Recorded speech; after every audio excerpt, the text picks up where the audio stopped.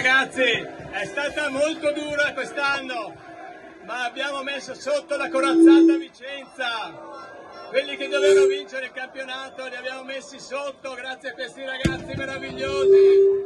Forza Padova, vi passo il capitano.